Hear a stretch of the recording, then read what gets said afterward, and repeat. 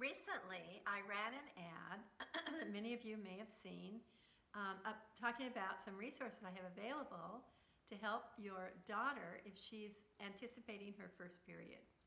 And it was really remarkable to me the number of comments that went back and forth through the feed on this ad.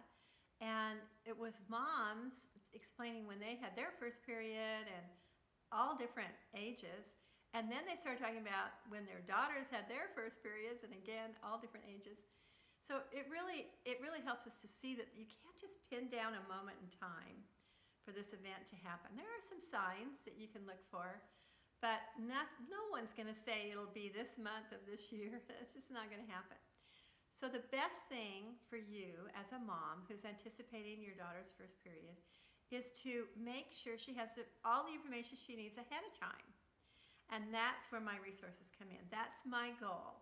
I want these young girls to be fully informed about things like their menstrual cycle and just anticipation of what's going to happen with their first period and what it even means to have a period. So I am encouraging moms to go to my website, look at the home page, find this chart for girls. And in this chart, I've been able to break down the content of my books into smaller topics so that you don't have to feel like you need to do everything all at once. And you can look at the top for the age of your daughter, and then you should work through these downloads one at a time. You can do it with them, you can give them to them. They were written so that these kids could read them on their own at their age level. So I would suggest that you just look at this chart, give it a chance. Download one of these items, you get it immediately. Give it to your daughter, let her read it. Move on to the next one, and just make sure that she's prepared.